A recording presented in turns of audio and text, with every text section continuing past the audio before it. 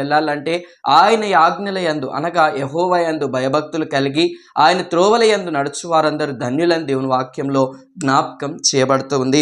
ఇక్కడ చూస్తూ ఉంటే ఇక్కడ కూడా మనం జ్ఞాపకం చేసుకుంటే 112వ కీర్తనలో యెహోవాను స్తుతించుడి, యెహోవా యందు భయభక్తులు గలవాడు ఆయన ఆజ్ఞలను బట్టి అధికముగా ఆనందించువాడు ధన్యుడు, వాని సంతతి వారు భూమి మీద బలవంతులగుదురు. ఎలాంటి వారు అంటే దేవుడికి ఎప్పుడైతే నమ్మకంగా ఉంటామో, అనగా మనము చేసేది కాదు కానీ ఆయన చెప్పిన వాటి ప్రకారము మనము జీవిస్తే, లేదా ఆయన చెప్పిన వాటి ప్రకారం మనం జీవిస్తే మనము ఆ బలవంతులముగా ఉంటామని ఆ దేవుని పక్షమున జ్ఞాపకం చేస్తూ ఉన్నాను.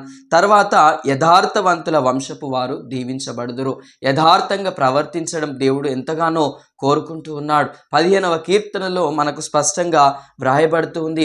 ఎందుకంటే ఆయన యొక్క మాటల ప్రకారం మనం